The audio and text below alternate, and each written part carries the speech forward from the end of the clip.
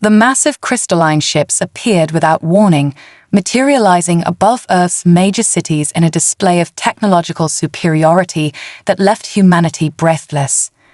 Their hulls shimmered with an otherworldly purple light, casting ethereal shadows across the stunned faces of millions watching from below. Dr. Sarah Chen stood at her laboratory window in the United Nations Xenolinguistics Division, her heart racing as she watched the largest vessel position itself above New York.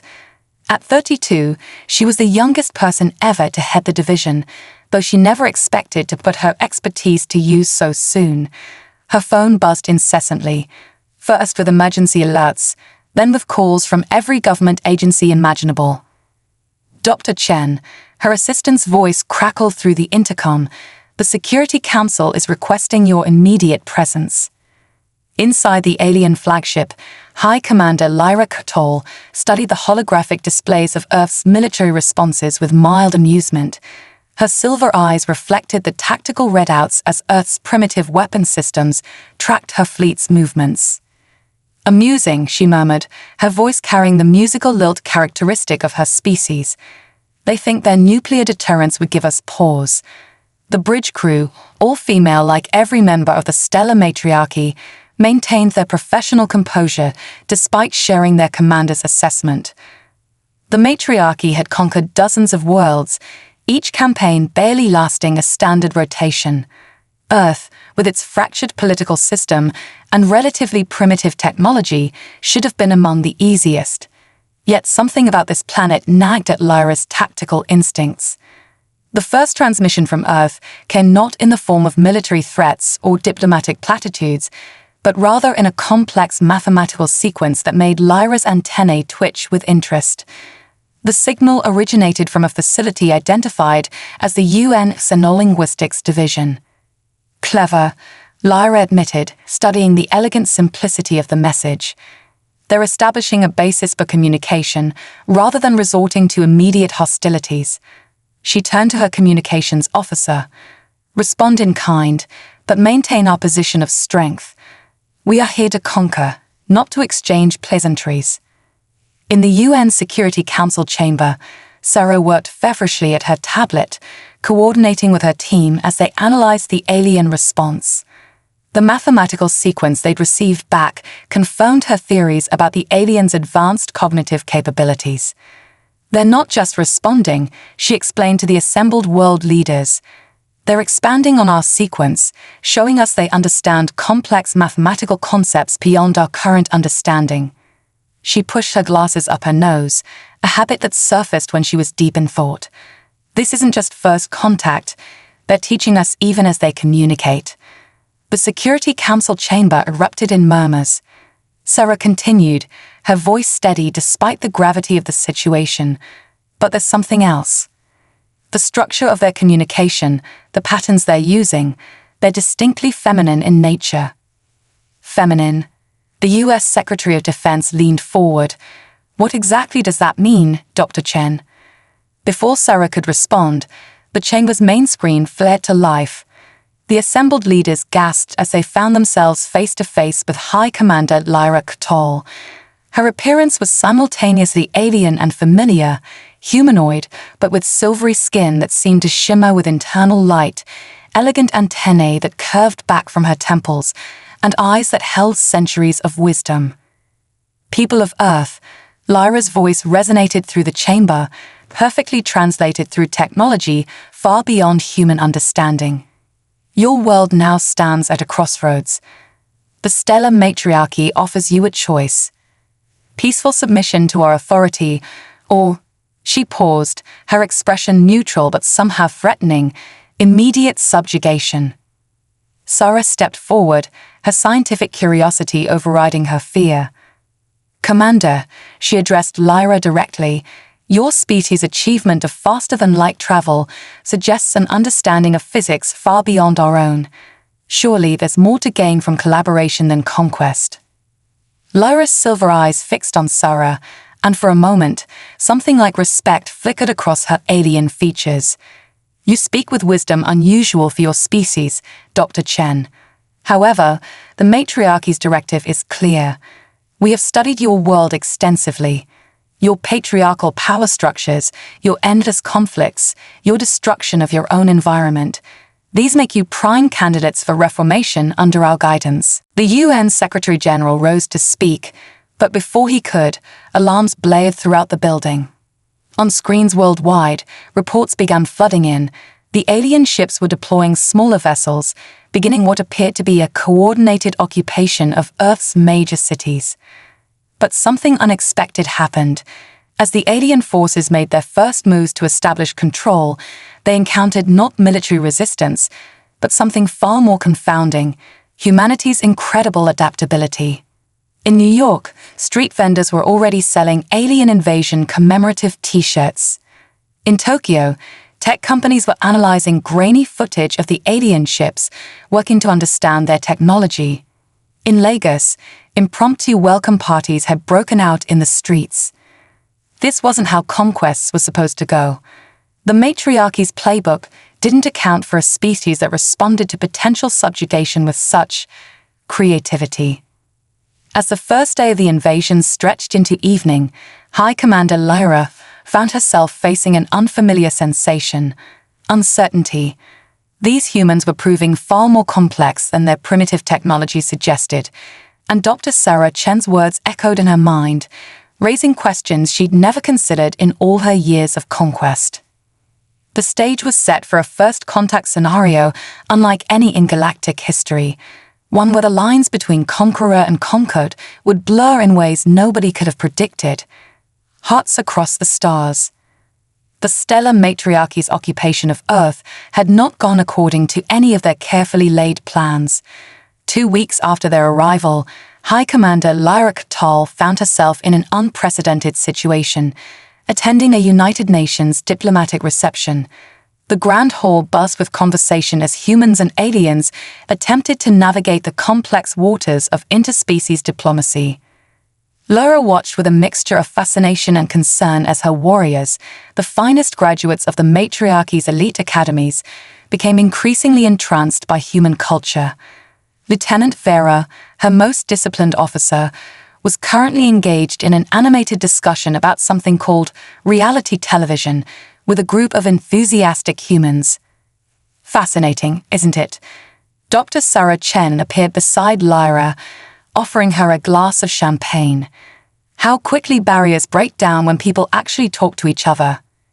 Lyra accepted the glass cautiously, her antennae twitching as she analyzed its contents. "Your species continues to perplex me, Dr. Chen. We arrived as conquerors, yet you treat us as guests. Please call me Sarah." The xenolinguist smiled. "And isn't that better than the alternative? Besides, I've been studying your language patterns. Your civilization values harmony and growth. Destruction seems inconsistent with those principles." Before Lyra could respond, a commotion erupted across the hall. One of her younger warriors, apparently misinterpreting the purpose of a dance floor, had challenged a human diplomat to ritual combat. The diplomat, as it turned out, was a former breakdancing champion who accepted the challenge with enthusiasm. "Should we intervene?" Lyra asked, watching the impromptu dance battle with growing confusion. Sarah laughed, a sound that Lyra found oddly pleasing. "Absolutely not. This is cultural exchange at its finest." As weeks turned into months, the occupation evolved into something entirely unexpected. The matriarchy's warriors, trained for conquest, found themselves increasingly drawn into human daily life. Reports flooded Lyra's desk of her soldiers attending human universities, participating in sports events, and even starting businesses.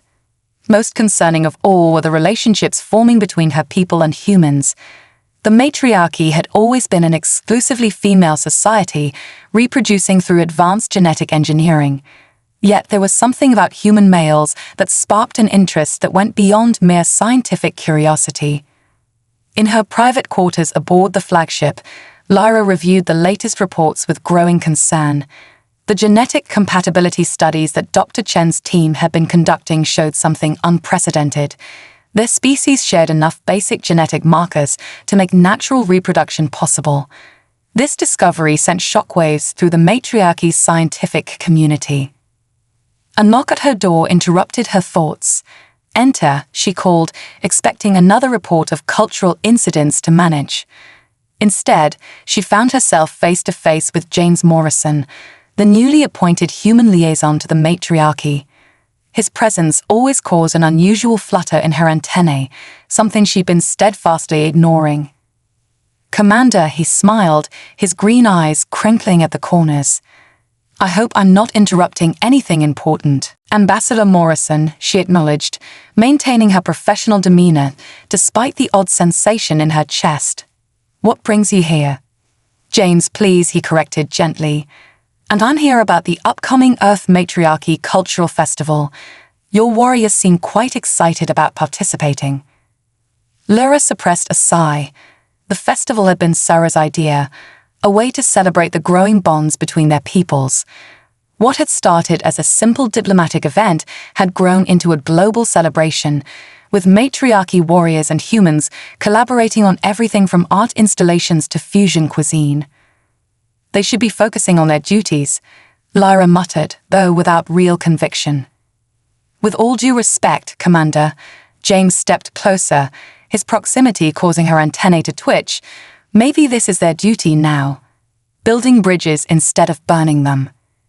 Their eyes met, and Lyra felt that strange flutter again.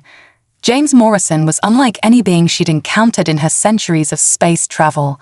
He challenged her assumptions while respecting her authority, showed strength without aggression, and possessed a wisdom that rivaled the matriarchy's eldest scholars. The moment was interrupted by an urgent communication from the Matriarchy High Council. Lyra's blood ran cold as she read the message. They were sending an inspection team to evaluate the progress of Earth's conquest. The same High Council that never approved of integration with conquered species. "Is everything all right?" James asked, noting her changed expression. Lyra made a decision that would alter the course of both their civilizations. "No," she said honestly, "and I need your help." Over the next few days, Lyra worked closely with James and Sarah to prepare for the High Council's inspection.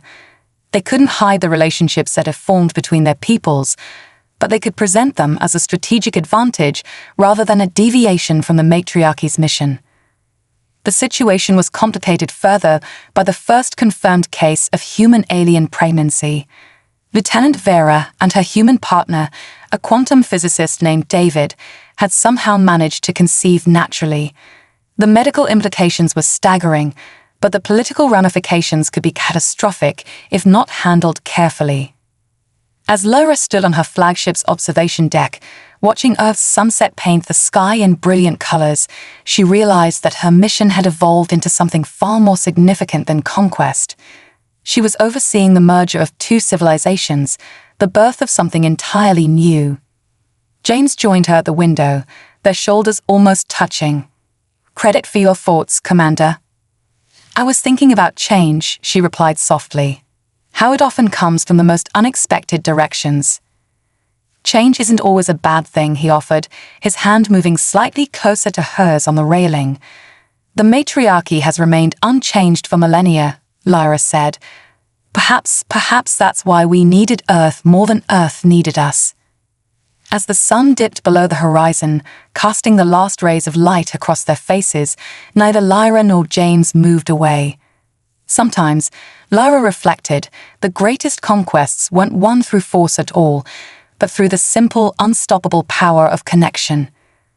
The High Council would arrive soon, but for now, in this moment between sunset and starlight, the future held more promise than peril.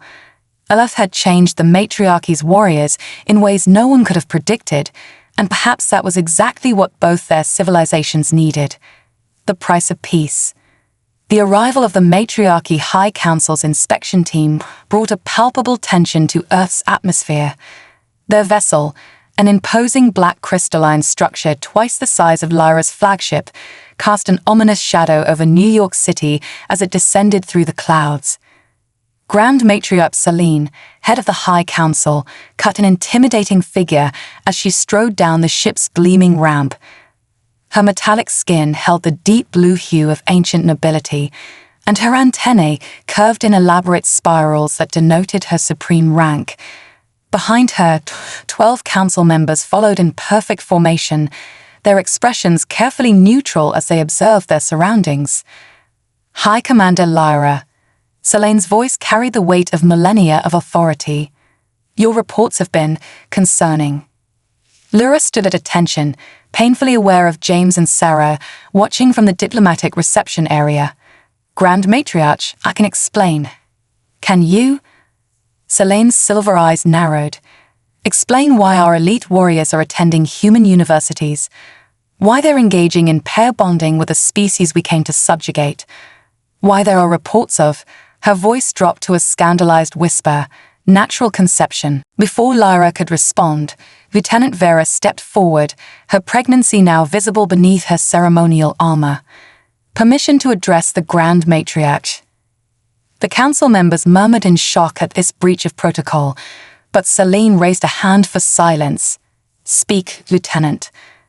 When we arrived on Earth, we thought we were superior in every way, Vera began, her voice steady despite her nervousness.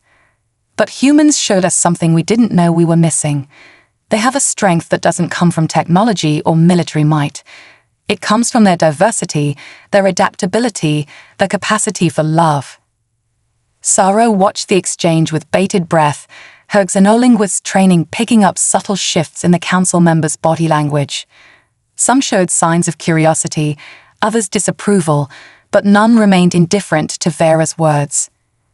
The next few days became a whirlwind of inspections and evaluations. The council observed human-alien interactions across the globe, from joint scientific projects to cultural celebrations. They were particularly interested in the medical data surrounding the pregnancies, which had now increased to 15 confirmed cases. In her temporary quarters, Lyra pored over reports with James and Sarah, searching for ways to convince the Council of Earth's value as an ally rather than a conquest. The genetic compatibility alone is revolutionary, Sarah argued, pointing to her latest research. It suggests our species might share ancient common ancestors. The Council doesn't care about ancient history, Lyra sighed, her antennae drooping with exhaustion. They care about the matriarchy's future. James touched her hand gently, causing her antennae to quiver. Then show them that future. These children, they're not just accidents or anomalies. They're proof that our species are meant to grow together. Their discussion was interrupted by an urgent message. One of the human-alien couples had just given birth. The first hybrid child had entered the universe, and its arrival changed everything. The infant girl was perfect, tiny silver-skinned with delicate antennae, but with human eyes that shifted color in the light. Medical scans showed she possessed the best traits of both species. The matriarchy's enhanced lifespan and telepathic capabilities combined with human adaptability and emotional depth. When Grand Matriarch Selene visited the medical facility to observe the child, something unexpected happened. The baby reached out with both her tiny hand and her nascent telepathic abilities, touching the ancient leader's mind with pure, unconditional love. For the first time in recorded history, the Grand Matriarch wept. Perhaps, Selene said quietly, watching the infant sleep, we have been asking the wrong questions. We sought worlds to conquer when we should have been seeking worlds to complete us. But not everyone shared this perspective. A faction within the council, led by the hardline traditionalist matriarch Venna, saw the births as a threat to their civilization's purity. They demanded immediate withdrawal from Earth and genetic purification of all affected warriors. The situation reached a crisis point during an emergency council session. As Venna called for dramatic measures, Lyra made her stand. You speak of purity, she challenged, but what is pure about stagnation? The matriarchy has conquered countless worlds, yet we remain unchanged, unchanging. These children represent evolution, not corruption. And what of our ways? Venna demanded. Our traditions. Traditions should guide us, not imprison us, Lyra responded, her voice ringing through the chamber. Look at what we've achieved here on Earth. Our warriors aren't just fighting, they're learning, growing, loving. They're becoming more than we ever imagined they could be. The debate raged for hours, but the tide turned when Sarah presented her latest genetic research. The hybrid children didn't just combine traits from both species, they exhibited capabilities beyond either. Their genetic structure suggested solutions to problems that had plagued both civilizations for generations.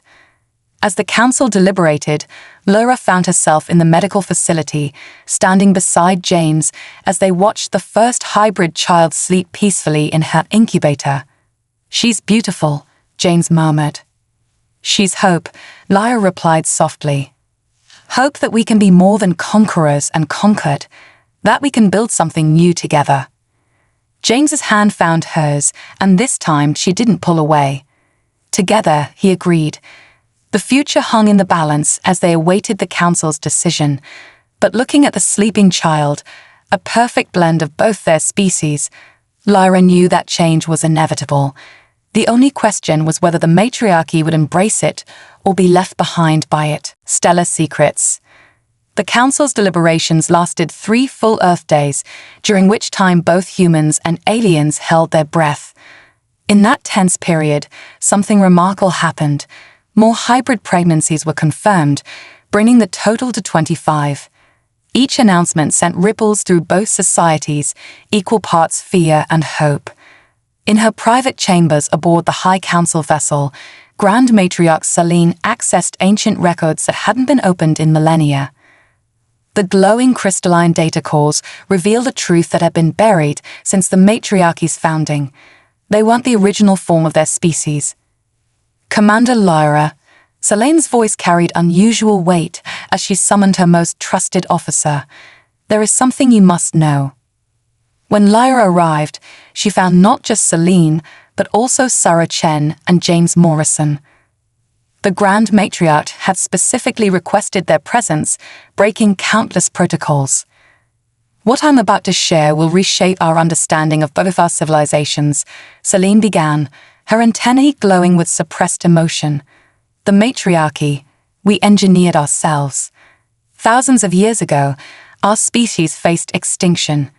A genetic plague was destroying our ability to reproduce naturally. In desperation, our ancestors modified their entire population, creating an all-female society capable of self-reproduction. The revelation hit Lyra like a physical blow, but our mission of conquest was born of fear," Selene finished. "Fear that other species might carry the same plague that nearly destroyed us. Fear that only through control could we ensure our survival." She turned to Sarah. "Dr. Chen, your genetic research discovered something we've denied for generations, the possibility of healing." Sarah leaned forward, her scientific curiosity blazing. "The hybrid pregnancies, they're not just compatible, are they? They're restoring something that was lost." "Precisely," Selene nodded. "The human genetic structure contains elements that could help us reclaim our original form, not to replace what we are, but to give us choices we haven't had in millennia." James watched Lyra carefully as she processed this information. Her antennae were practically vibrating with emotion. "This changes everything," she whispered. But before they could discuss further implications, alarms blared throughout the ship. Matriarch Venner had discovered their meeting and, more importantly, accessed the same ancient records. But she'd drawn very different conclusions. "This is why we must leave Earth immediately." Venner's voice boomed through the ship's communication systems. "We are being corrupted by the very plague our ancestors fled. These pregnancies aren't evolution, they're regression." Across Earth, matriarchy warriors received conflicting orders. Venner commanded them to return to their ships, while Selene urged them to remain calm and await further instructions. The warriors, many now deeply connected to their human partners and communities, faced an impossible choice. Lieutenant Farah, now heavily pregnant, organized a gathering of affected warriors in New York's Central Park. Hundreds of matriarchy soldiers, accompanied by their human partners and allies, came together to make their voices heard. "We aren't just warriors anymore," Vera declared, her voice carrying across the crowded park. "We're explorers, scientists, artists, mothers. We found something here on Earth that all our conquests never gave us: belonging. High above Earth, the situation reached a critical point. Vena had rallied several council members to her cause and was preparing to forcibly evacuate all matriarchy forces from Earth. She saw the hybrid pregnancies as an existential threat to their civilization. But she hadn't counted on human ingenuity or the strength of the bonds that had formed between the species. Sarah's team, working around the clock, made a breakthrough in understanding the ancient plague that had forced the matriarchy's transformation. The human genome contained natural resistance to the original virus, which explained why the hybrid children were so healthy. It's not regression, Sarah explained to an emergency joint session of the Council and UN Security Council. It's resurrection. The traits your ancestors engineered out of necessity, we maintained through natural evolution. Together, we can be stronger than either of us could be alone. As she spoke, more data poured in from medical centers worldwide. The hybrid children were showing remarkable developments. They possessed both the matriarchy's advanced cognitive abilities and humans' intense emotional intelligence.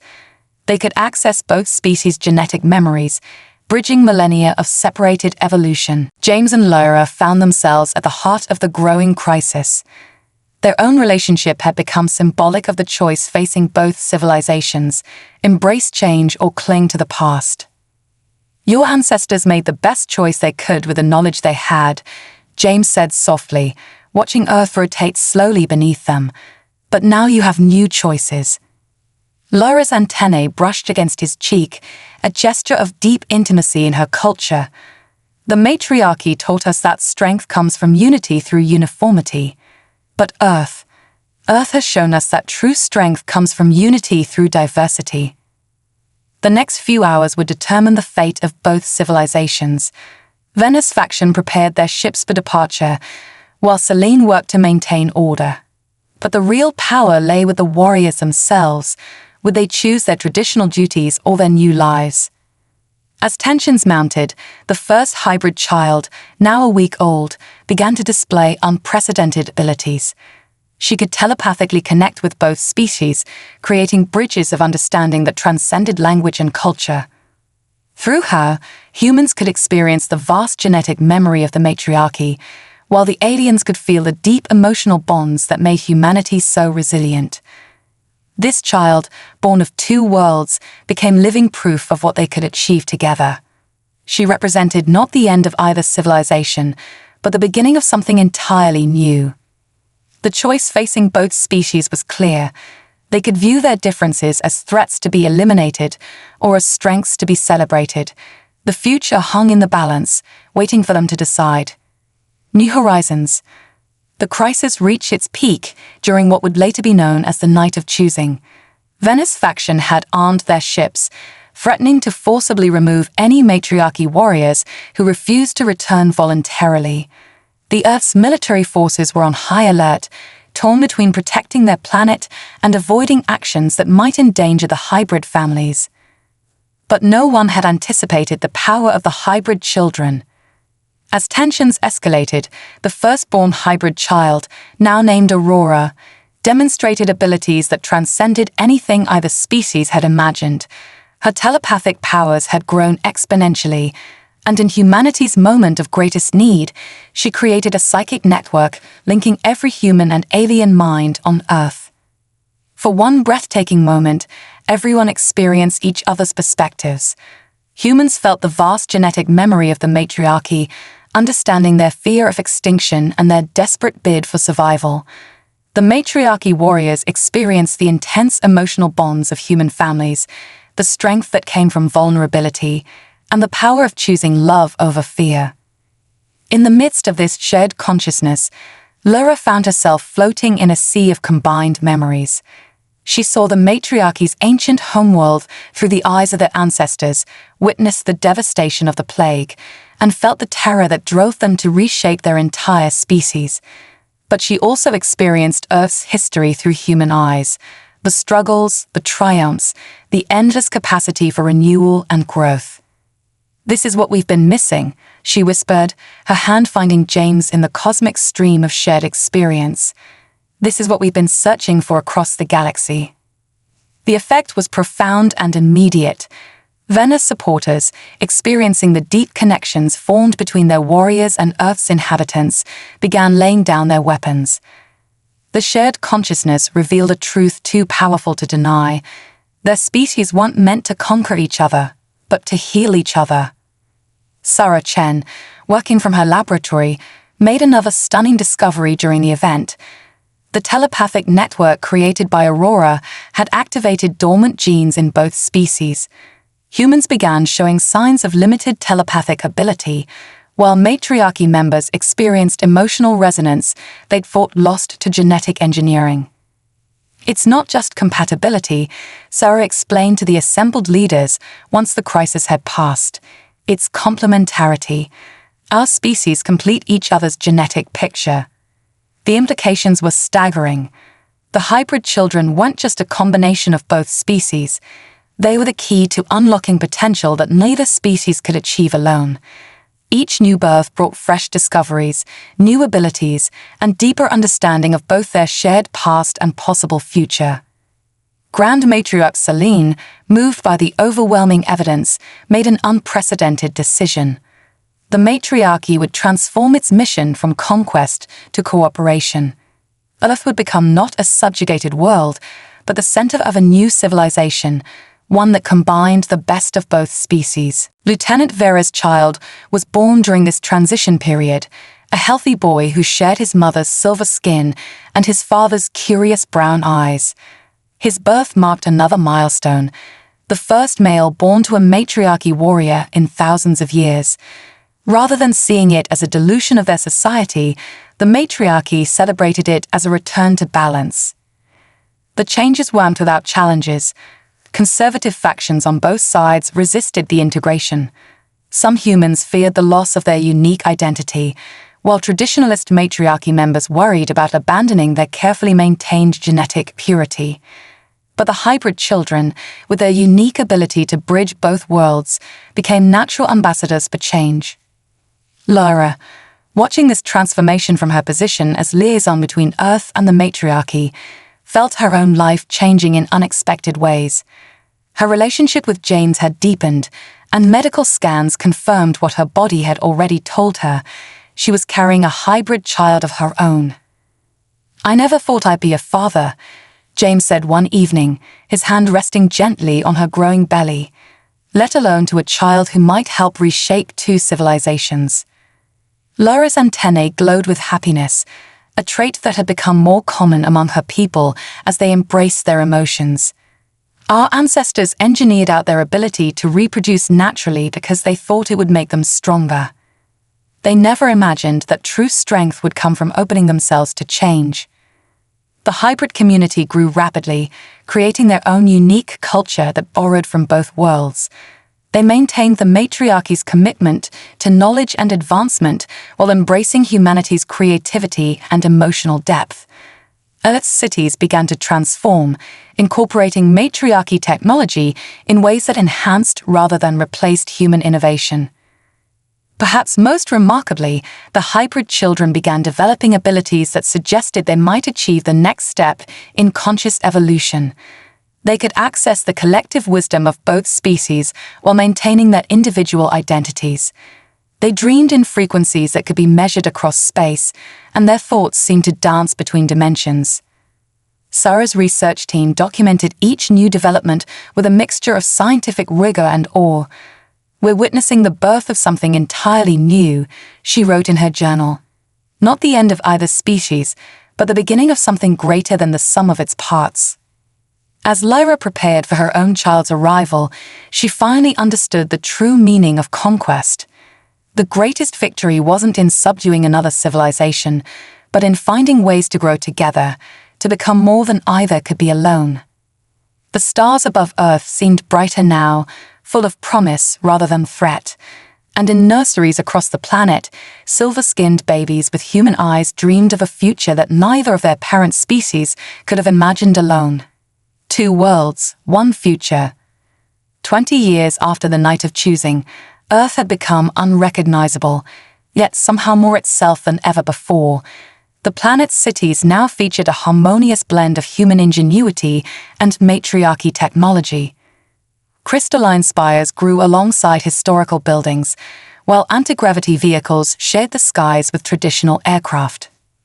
Aurora, the first hybrid child whose abilities had changed the course of history, had grown into a striking young woman.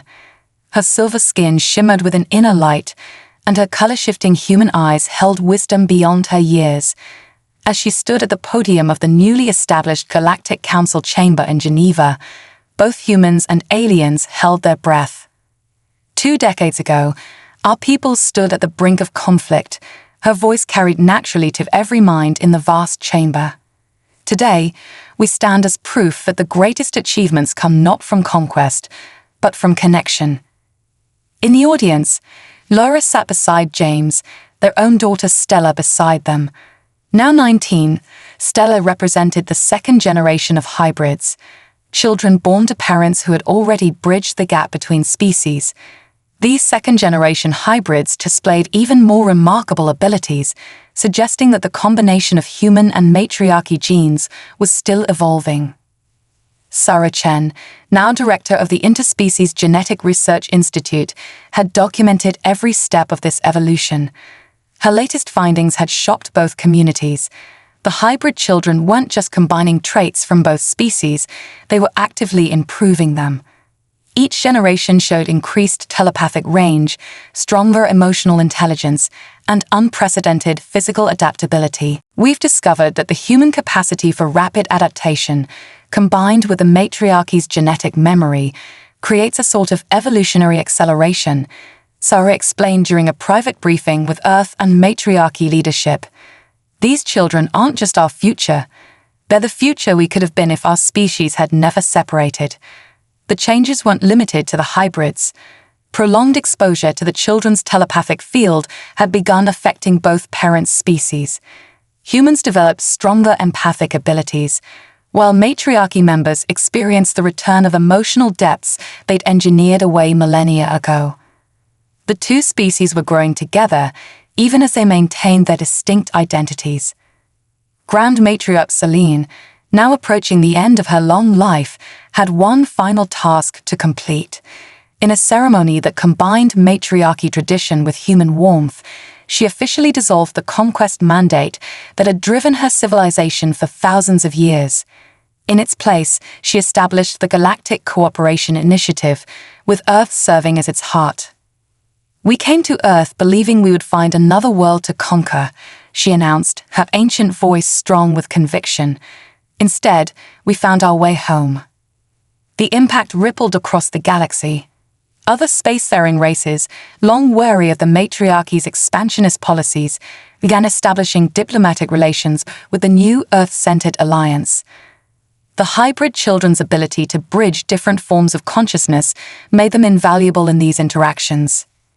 Lyra, watching her daughter Stella work as a diplomatic liaison with a newly contacted species, felt a profound sense of rightness. "They're achieving everything we thought conquest would give us," she said to James. "Understanding, growth, security, but they're doing it through connection instead of control." The human matriarchy union had solved problems neither species could have tackled alone.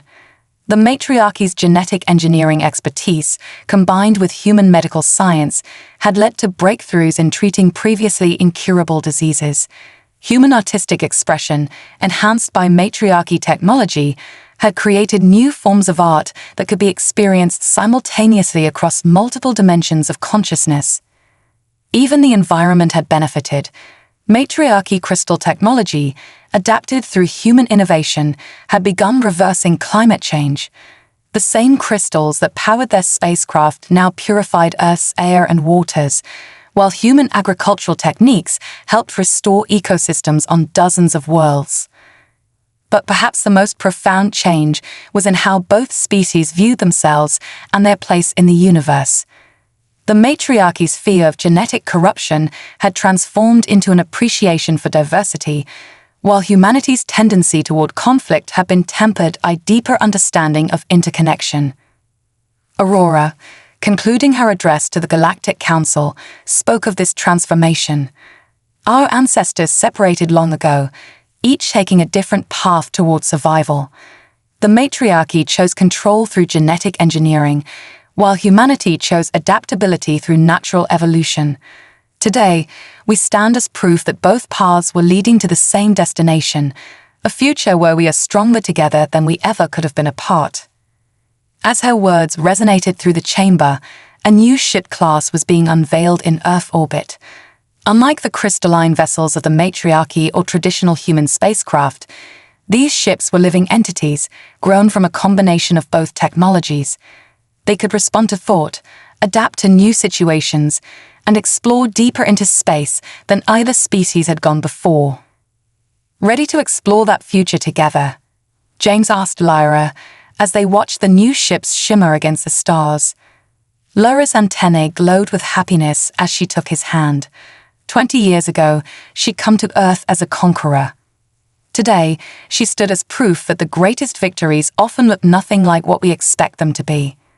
Above them, the hybrid ships pulsed with possibility, ready to carry the children of two worlds toward whatever wonders waited among the stars. The future they created wasn't just a combination of two civilizations. It was something entirely new, full of potential neither species had imagined possible. And somewhere in the vast genetic memory they all now shared, that ancient common ancestors smiled, knowing their separated children had finally found their way back to each other. The end.